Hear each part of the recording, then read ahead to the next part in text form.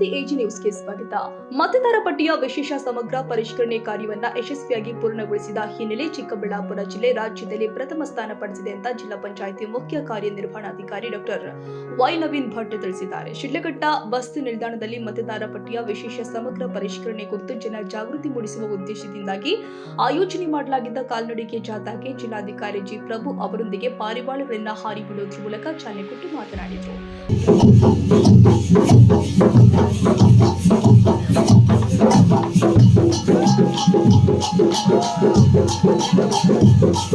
ಭಾರತ ಚುನಾವಣಾ ಆಯೋಗದ ನಿರ್ದೇಶನದಂತೆ ಜಿಲ್ಲಾಧಿಕಾರಿ ಜಿ ಪ್ರಭು ಅವರ ನೇತೃತ್ವದಲ್ಲಿ ಬಿಎಲ್ಒಗಳು, ವಿವಿಧ ಇಲಾಖೆಗಳ ಅಧಿಕಾರಿಗಳು, ಸಿಬ್ಬಂದಿ ಹಾಗೂ ರಾಜಕೀಯ ಪಕ್ಷಗಳ ಸಹಕಾರದಿಂದಾಗಿ ಎಸ್ಐಆರ್ ಪ್ರಕ್ರಿಯೆಯನ್ನು ವ್ಯವಸ್ಥಿತವಾಗಿ ನಡೆಸಲಾಗಿದೆ.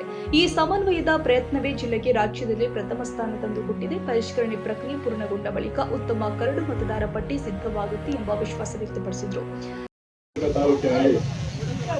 ಮತದಾರ ಪಟ್ಟಿಯ ವಿಶೇಷ ಸಮಗ್ರ ಪರಿಷ್ಕರಣೆಗೆ ಕುರಿತಂತೆ ಜಾಗೃತಿ ಮೂಡಿಸುವುದಕ್ಕೆ ನಾವೇನಿಲ್ಲಿ ಸೇರಿದ್ದೀವಿ.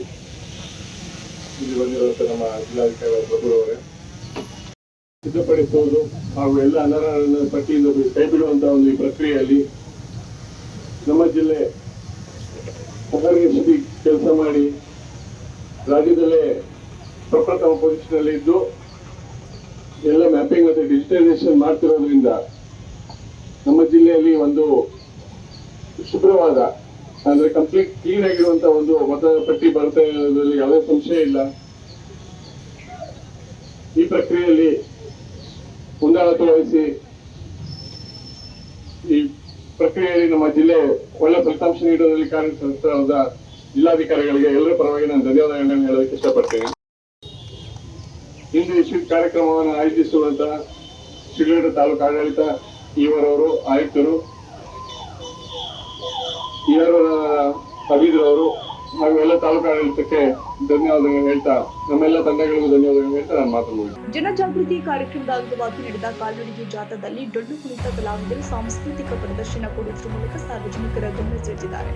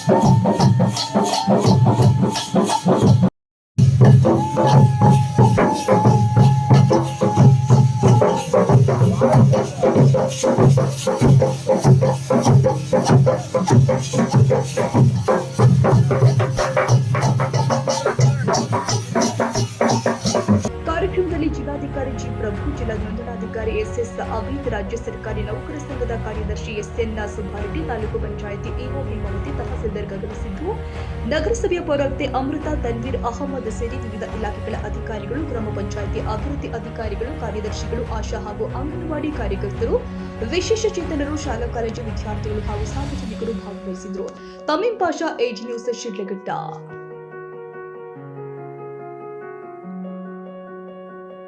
ಕನ್ನಡಿಗರ ಮೆಚ್ಚಿನ ನಿಮ್ಮ ಎಜೆ 24/7 ನ್ಯೂಸ್ ಕನ್ನಡ ವಾಹಿನಿ ಇದೀಗ ಟಿವಿಯಲ್ಲಿ ಲಭ್ಯ.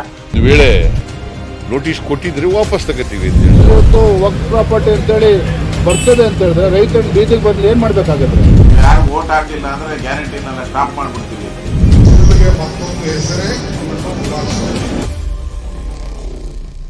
ಕರ್ನಾಟಕ ಮತ್ತು ದೇಶ ವಿದೇಶ 360 ಡಿಗ್ರಿ ಸುದ್ದಿ ಹಾಗೂ ಉತ್ತರ ಕರ್ನಾಟಕ, ಬೆಳಗಾವಿ, ಬಾಗಲಕೋಟೆ, ಧಾರವಾಡ, ಹಾವೇರಿ, ಗದಗ, ಬಿಜಾಪುರ ಜಿಲ್ಲೆಯ ಕ್ಷಣ ಕ್ಷಣದ ವಿವರವನ್ನ ಪಡೆಯುವುದಕ್ಕೆ ಎಜೆ 24/7 ನ್ಯೂಸ್ ಕನ್ನಡ ವಾಹಿನಿಯನ್ನ ಲೈಕ್ ಮಾಡಿ, ವಿಡಿಯೋಗಳನ್ನ ಶೇರ್ ಮಾಡಿ, ಕಮೆಂಟ್ ಮಾಡುವ ಮೂಲಕ ನಮ್ಮ ವಾಹಿನಿಗೆ ಸಹಕಾರ ನೀಡಿ ಮತ್ತು ಚಾನೆಲ್ ಅನ್ನ ಸಬ್ಸ್ಕ್ರೈಬ್ ಮಾಡಿ. ಧನ್ಯವಾದಗಳು.